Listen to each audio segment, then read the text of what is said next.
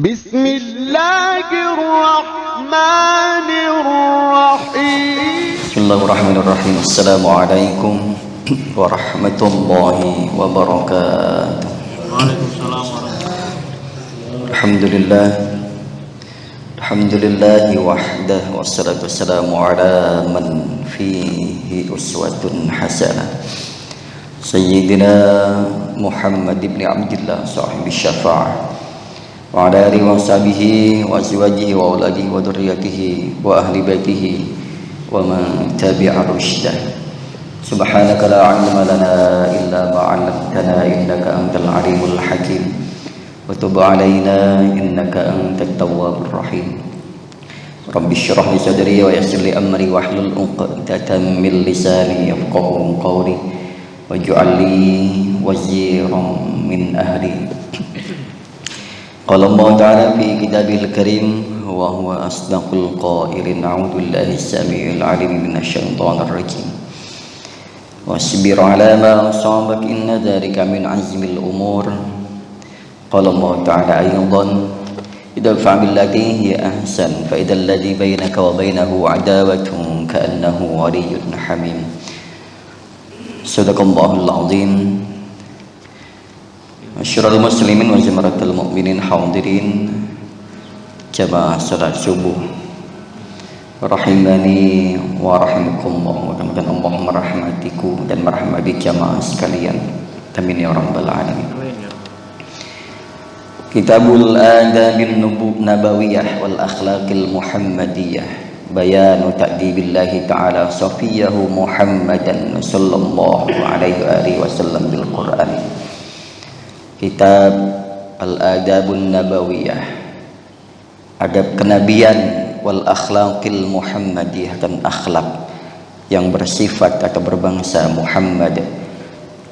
Bayanu ta'dibillah, menjelaskan ta'dibillah, cara Allah mengajarkan, cara Allah mulang, cara Allah mendidik kekasihnya Safiyahu Muhammadan Nabiyuna Muhammad salawatullahi alaihi, salawat salam atas Rasulullah sallallahu alaihi wasallam bil Qur'ani, dengan Al-Qur'an. Kemarin sampai pada ijtanibu katsiran minadh dhanni inna ba'dadh dhanni ismun wa la tajassasu wa la yaghtab ba'dukum ba'dha. Bagaimana Rasulullah ini dijuluki sebagai Al-Quran yang berjalan, karena khuluquhul Quran. Sebagaimana doa beliau juga, Allahumma hassin khalqi wa khuluqi, Allahumma jannibni munkaratil akhlaq. Beliau itu kalau doa yang pertama kali diminta adalah Allahumma hassin khalqi, ya Allah baguskanlah akhlakku atau kejadianku dan baguskan pula akhlakku. Yang diminta adalah minta dibaguskan kejadiannya, rupanya, dan juga akhlaknya. Makanya menjadi kebanggaan kalau orang memiliki fisik yang bagus, akhlaknya bagus. Yang kita harapkan kan begitu, gantengnya luar dalam, gantengnya lahir batin, cantiknya pun lahir batin. Karena banyak hari ini berseliweran depan kita orang-orang ganteng, tampan, cantik dan lain sebagainya. Tapi pastikan bahwa kita termasuk orang-orang yang memiliki bagusnya fisik dan juga bagusnya akhlak. Rasulullah juga mengajarkan kepada kita doa, Allahumma jannibni munkaratil akhlaq, ya Allah jauhkanlah dari kami akhlak yang tidak baik. Maka Allah menjawab doa kekasihnya, fastajaba Allahu du'aahu wafa'an biqaulihi ta'ala ud'uni astajib lakum. Langsung Allah penuhi doanya, seraya Allah menyampaikan ud'uni, mintalah kepadaku, berdoalah kepadaku, astajib, niscaya aku akan memenuhi lakum, kepadamu. Nah ini jemaah sekalian, di antara akhlak-akhlak Nabi adalah orang yang pemaaf dan lain sebagainya. Nanti akan kita bahas berikutnya. Nah hari ini Ini salah satu yang disampaikan oleh sahabat Anas radhiyallahu taala an. Falam yad'u nasihatan jamilatan illa waqad da'ana ilaiha wa amarna biha. Walam yad'u asyan aw aiban illa hadarna minhu wa naha anhu wa yafi min dzalika kullihi hadhil ayah innallaha ya'muru bil 'adli wal ihsan wa ita'dil qurba wa yanha 'anil fahsya'i wal munkari wal baghi ya'idukum la'allakum tadhakkarun. Sahabat Anas menyampaikan, falam yad'u nasihat, dan beliau itu tidak pernah berhenti memberikan nasihat, terlebih kepada para sahabatnya. Enak zaman Rasul itu dengan pemimpin, dengan guru, sebutannya sahabat, menunjukkan kedekatan. Kalau yang lain kan disebut dengan murid, santri, disebut dengan anak buah, disebut dengan apa lagi tuh? Pembantu, macam-macam. Nabi menyebut dengan murid-muridnya, dengan asistennya, dengan sebutan sahabat. Saking menunjukkan kedekatan. Kalau orang paling dekat itu kan hubungan setelah kekeluargaan adalah persahabatan. Memiliki hubungan emosional, memiliki hubungan batin yang kuat. Nah, lanjut. Ini nasihat Rasul kepada sahabat Mu'adz. Ya Mu'adz, awsani Rasulullah wa qala Mu'adz awsani Rasulullah sallallahu alaihi wasallam qala ya Mu'adz usika bi taqwallah wa sidqil hadis. Ini temanya adab kenabian dan akhlak yang berbangsa Muhammad atau bersifat Muhammad. Cara Allah mendidik kekasihnya Nabi Muhammad dengan Al-Quran dalam kesempatan ini, yaitu wasiatnya Rasulullah kepada sahabat Mu'adz. Yang beliau sampaikan adalah awsani Rasulullah sallallahu alaihi wasallam. Mu'adz menyampaikan, Rasul menyampaikan atau mewasiatkan kepada saya, seraya bersabda, ya Mu'adz, wahai Mu'adz, usika bitaqwallah, aku berwasiat kepadamu agar supaya engkau selalu bertakwa kepada Allah Subhanahu wa taala. Ini wasiatnya. Makanya setiap wasiat itu selalu menggunakan kalimat taqwallah yang disampaikan oleh para khatib di mimbar-mimbar Jumat dan lain sebagainya. Khatib menyampaikan wasiat utama kita kepada orang-orang sekitar kita, kepada orang-orang yang dekat dengan kita, kepada jamaah kita, kepada keluarga kita, adalah wasiat takwa. Jangan wasiat yang lain dulu. Ada wasiat warisan, wasiat macam-macamnya. Maka wasiat yang utama adalah wasiat takwa. Pastikan bahwa keluarga kita, orang-orang sekitar kita memiliki akidah yang baik, memiliki pengamalan agama yang baik. Sebelum dia bisa bekerja, sebelum dia bisa sekolah, sebelum dia bisa macam-macamnya, adalah satu yang ditanamkan adalah akidah dan akhlak. Itu yang paling utama. Urusan kerja nanti setelah dia menjalankan akidahnya, setelah dia menjalankan akhlaknya, menerapkan akhlaknya, nanti dia bisa belajar dengan akhlak yang baik, bisa dibimbing oleh Allah Subhanahu wa taala, nanti akan dapat pekerjaan yang baik. Insyaallah, yakin itu. Ya Mu'adz usika bitaqwallah, hai Mu'adz, saya berwasiat kepadamu bitaqwallah agar supaya engkau bertakwa kepada Allah Subhanahu wa taala, wasidqil hadis, dan berkatalah yang baik dan jujur dalam perkataan. Wal wafa bil ahdi, dan orang yang memenuhi janjinya, orang yang memenuhi janji. Ini banyak orang mungkin di antara kita yang sering berjanji kepada orang-orang dan lain sebagainya, seringkali meleset karena kita sekali dua kali nanti keterusan orang yang ingkar janji. Hati-hati, kelihatannya sepele, janjinya pagi nanti jadinya siang, sore, malam. Itu sudah meleset sebenarnya. Wadail amanah, dan tunaikan amanah.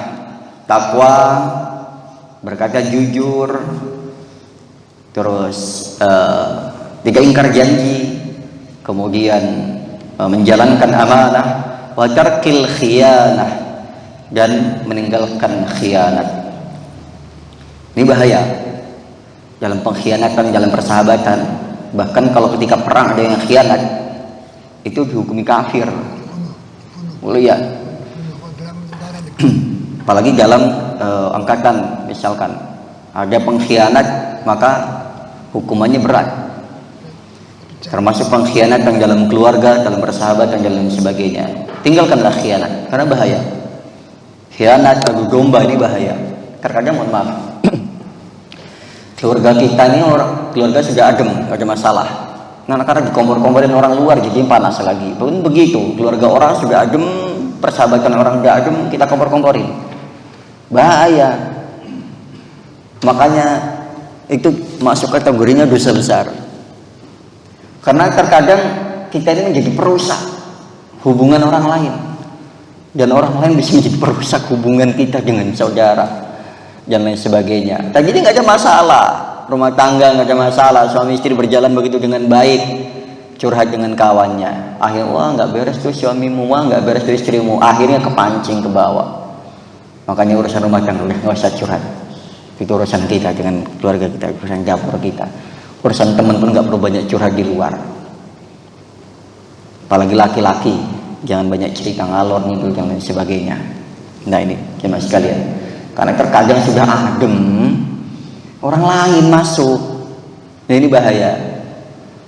Makanya saya sering wasiat, sering pesan sama istri saya, gak usah cerita ngalor ngidul sama orang-orang. Kalau mau marah-marah saja depan suamimu, kalau perlu marahin suamimu, tapi jangan cerita, jangan sampai keluar rumah. Urusan rumah tangga kita biar kita yang, meskipun kamu mau teriak-teriak saja, jangan sampai nanti cerita ke teman, cerita ke keluarga, cerita ke macam-macam, akhirnya apa? Runyem.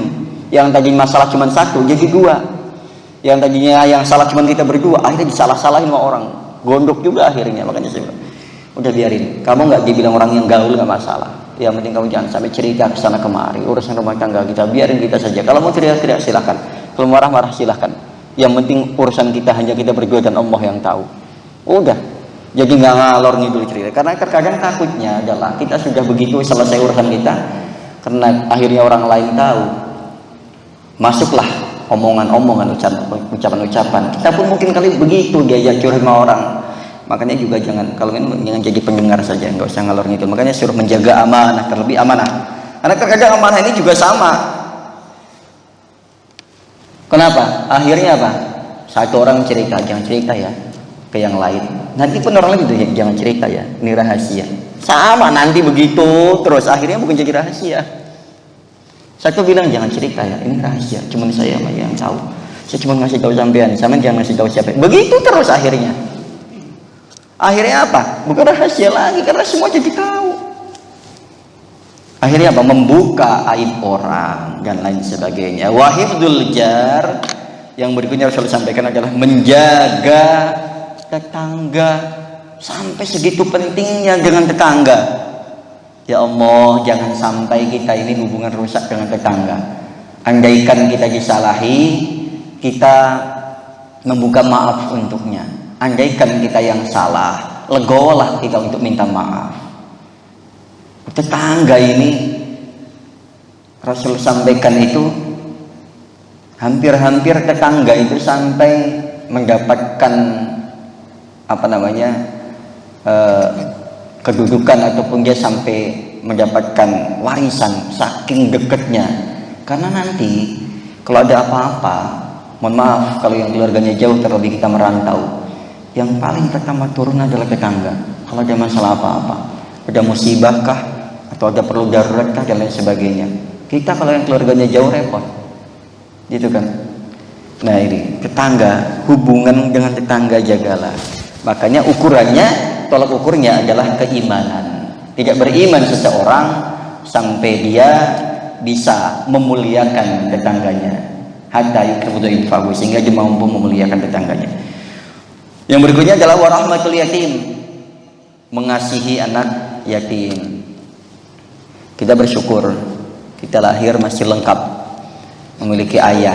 Sekarang memiliki ayah, memiliki ibu, kita lengkap. Rasul itu dari kandungan saja sudah yatim, umur masih kecil sudah ditinggal ibunya, sudah yatim piatu.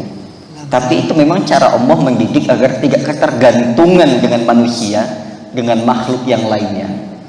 Cara Allah menjadikan Nabi Muhammad orang yang mandiri, hanya bergantung kepada Allah. Caranya gitu, diwafatkan. Bahkan putra-putranya tiga-tiganya diwafatkan di usia kecil. Kenapa? Agar supaya status kenabian Nabi Muhammad ini tidak tergantikan, tidak tergoyahkan, dan tidak ada orang pengkultusan setelah Nabi. Bahkan jangankan, mohon maaf, andaikan putra-putranya Nabi ini hidup sampai besar, ini status kenabian dan kerasulan Nabi Muhammad terakhir pasti goyang. Jangankan putranya, mantunya saja dituhankan sama orang, Sayyidina Ali. Apalagi putranya lahir sampai besar, Qasim, Abdullah, Ibrahim. Udah pasti anaknya Nabi pasti jadi Nabi, kan gitu. Anaknya Rasul jadi Rasul, biasanya kan begitu orang. Nabi Ibrahim, Ismail, dan lain sebagainya. Nabi Yakub, Nabi Yusuf, Ayub, dan lain sebagainya. Masa iya anaknya Rasulullah masa nggak jadi apa-apa? Biasanya begitu, makanya Allah wafatkan. Mungkin itu diantara rahasianya. Walayinul kalam yang berikutnya setelah mengasihi yatim, karena yatim ini juga menjadi jaminan surga bagi orang yang mau mengasuhnya. Rasul jaminannya adalah ana wakafilul yatim kahadain. Saya dengan pengasuh anak yatim seperti dua jari begini, saking dekatnya nanti di akhirat. Makan sedikit banyak, terlebih di bulan-bulan Muharram itu. Bulan Muharram itu bulan 10 Muharram itu disebut dengan bulan lebarannya anak yatim. Maka santuni semampunya sambil lus kepalanya. Nggak usah perlu juga kalau memang kita nggak mampu besar-besaran, kita tahu di mana ada anak yatim, kita santuni.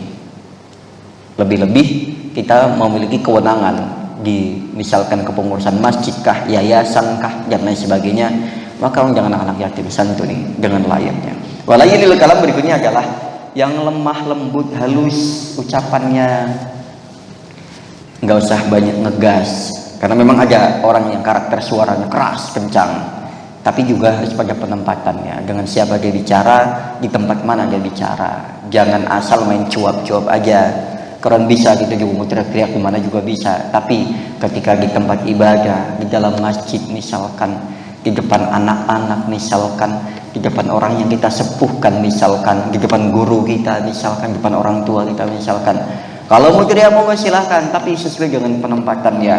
Tutur kata yang lemah lembut, sopan santun, lemah, kalem, enak didengarnya, itu salah satu menunjukkan adab juga. Wabadul salam, dan juga badal itu artinya menyerahkan. Kalau kita punya barang ini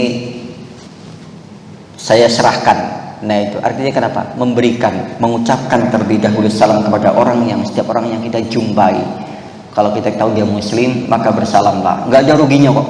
Mau dijawab mau enggak, itu biarin menjadi urusan dia, nggak masalah. Ketemu assalamualaikum, nggak dijawab nggak masalah, nggak rugi, wong itu doa kok. Doa nggak dijawab ya berarti dia nggak nerima doa kebaikan. Nah, tapi jangan sampai salah dengan orang yang tidak semestinya. Nggak masalah ketemu assalamualaikum warahmatullahi wabarakatuh. Kalau yang biasa akraban dan lain sebagainya, itu mungkin salamnya versi keakrabannya, tapi cobalah dahulukan salam assalamualaikum dan lain sebagainya. Maka ini penting, sangat penting, ini anjuran Rasulullah.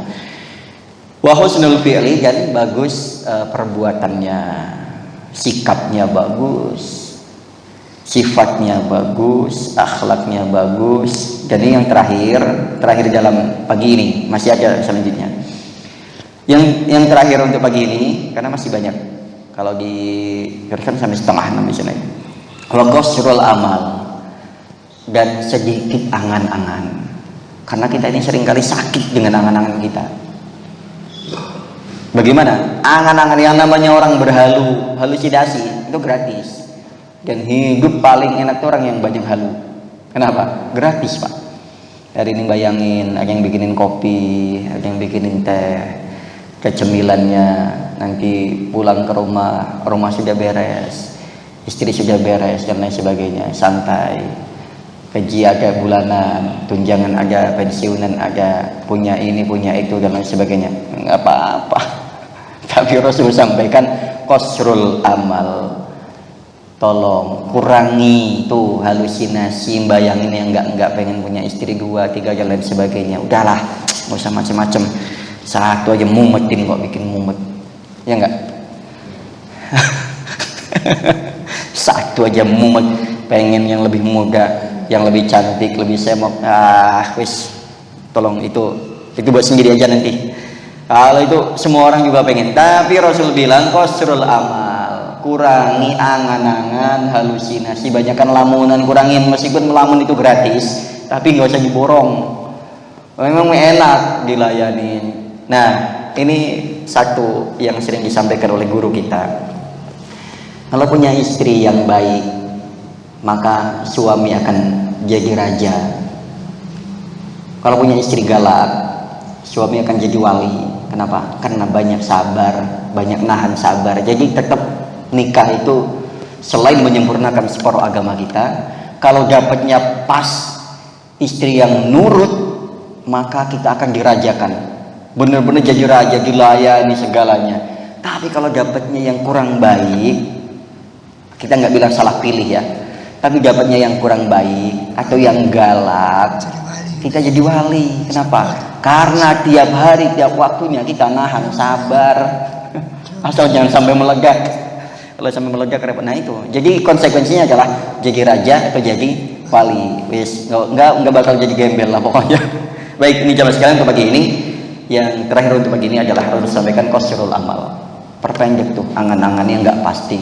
Pengen nanti hari tua begini yang lain sebagainya. Jalani saja dulu. Yang sekiranya mampu jalani, nggak mampu diangkat bareng-bareng sama keluarga, sama teman-teman. Nggak usah maksain ngangkat sendirian, takutnya apa? Nggak kuat. Kalau pundak kita nggak kuat, pikiran kita nggak kuat, akhirnya apa? Oleng, Pak. Kalau olengnya cuma badan nggak masalah. Kalau olengnya cuma akhirnya nyambung ke sini, larinya ke sini, ke hati, waduh, berat hidupnya udah malah ngerepotin orang. Subhanakallahumma wa bihamdika asyhadu an la ilaha illa anta astaghfiruka wa atubu ilaik. Assalamualaikum warahmatullahi wabarakatuh.